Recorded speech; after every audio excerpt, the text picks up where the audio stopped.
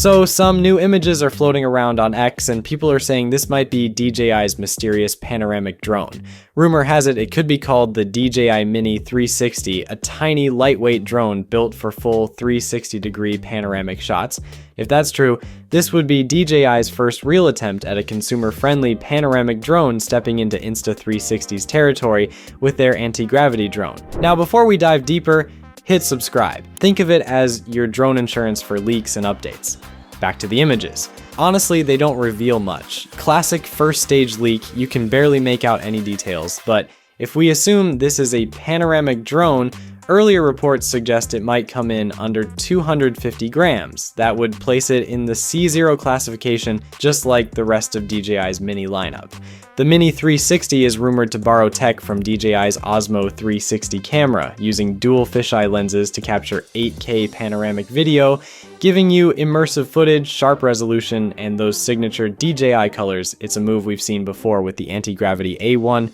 That one isn't just an Insta360 X5 with propellers, but the two share a lot of the same DNA. What's odd though is that these leaked images don't clearly show the top and bottom lenses. With the Antigravity drone, those were visible even in the blurriest shots. Maybe we'll get clearer pictures soon. The design itself looks unusual. It's got a tiny body with ducted propeller guards built right into the frame. That's not something we usually see in the Mini series, so maybe DJI is aiming for safety and versatility, something you can fly indoors just as easily as outdoors.